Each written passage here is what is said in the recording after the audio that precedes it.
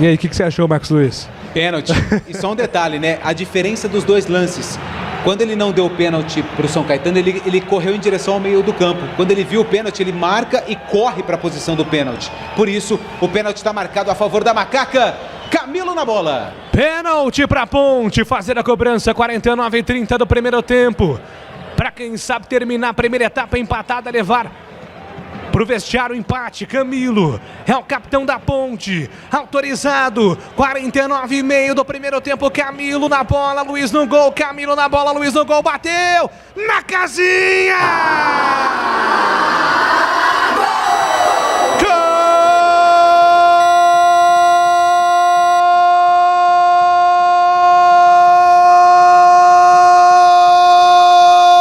Gol da Ponte!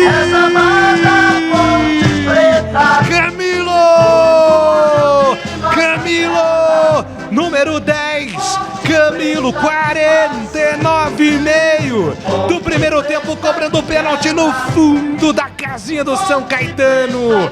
Um primeiro tempo difícil, complicado, com gol anulado, com muita dificuldade de chegar no gol do São Caetano. Camilo cobrando o pênalti na experiência, manda a bola com muita força contra o goleiro Luiz e empata a partida em São Caetano do Sul.